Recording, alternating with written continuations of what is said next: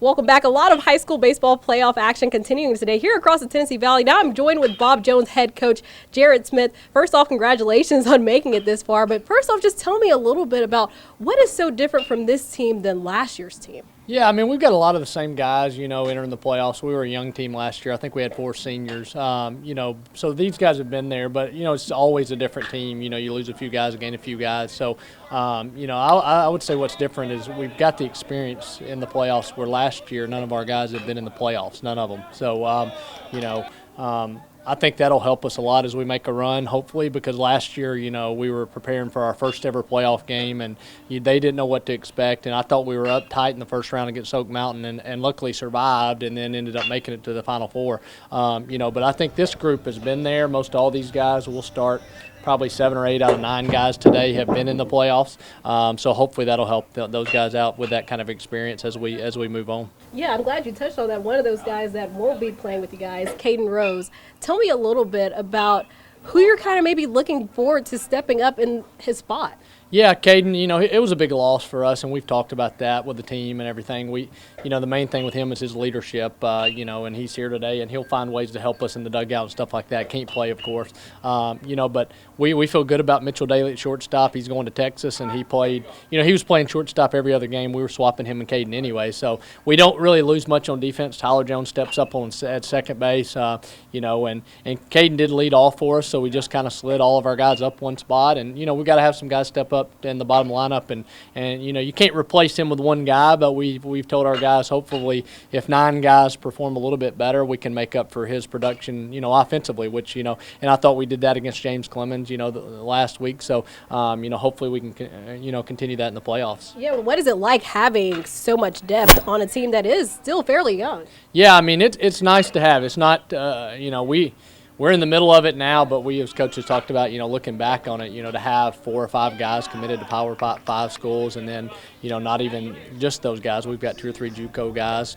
2 at UA8. So to have that kind of depth, and it really helps in practice because everybody pushes each other. And I've had teams where we had 1 or 2 good players, and those guys can kind of just coast because there's nobody that can take their spot or nobody that can really push them in practice. Where with us, we have multiple players that we can move guys around in the lineup. We can bench guys if we needed to.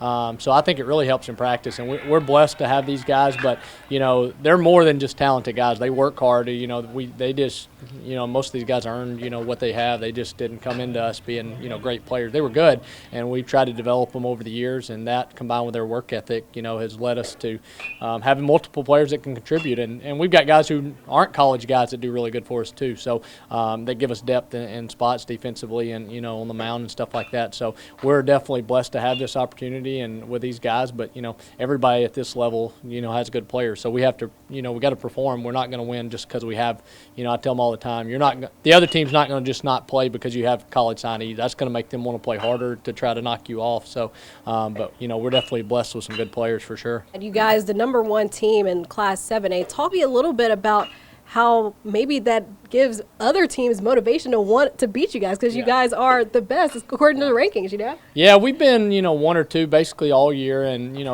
at Bob Jones we haven't, been ranked that high, in years, or at least since I've been here, So we had to, we knew we would have a good team and be highly ranked coming in, and we had some national rankings, stuff like that. And I thought early on we kind of let the rankings get the best of us, and we didn't play our best. We were too worried about keeping the #1 ranking or keeping national ranking.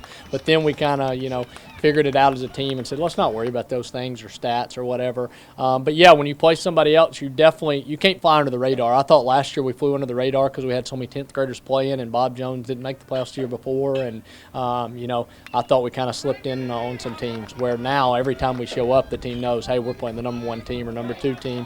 But we tell them, all the time, you're going to get their best shot, but the rankings, unless you're ranked #1 at the end, it really doesn't mean anything to us. But we're happy to be there because that means you've done something to this point. But you want to be #1 when this thing ends in 4 weeks for sure. Yeah. One last question: What would be one word that you would use to describe this year's team? I would say, gritty. I think we're a gritty bunch. And people always talk about, well, you got talent, you're supposed to win and all that. But we were down a lot. We played a really tough schedule, and we've been down late in the innings multiple times. When we went to spring break, I think we had 3 or 4 come from behind wins in the 7th inning against McGill, Tulane, UMS Wright. We had a couple when we got back. So these guys, I mean, even though they have talent, I think they're gritty and they fight hard, even though, even if we're down when people may think we should be up, or if we're playing a really good team, I thought they did a really good job responding. Where last year I thought entering the playoffs, our area games, we kind of cruised through those. We won fairly easily going into playoffs, where this year I thought we were more tested in our area. We had to come from behind to beat Florence. Austin beat us once. James Clemens, we had a really tough game against them, and then they beat us once. So I think this team's a little more tested, and, they're a little more gritty than last year just because they've been in those situations where I think last year would have been like that. We just weren't tested as much until we got in the playoffs, so we didn't really know what to expect, where this year I think we've got that experience of being down, and we know if we're down 3 or 4 runs late, we feel like we can come back. Well, all right. Thank you so much, Coach. Appreciate it. Thanks for having us. Yeah, for sure.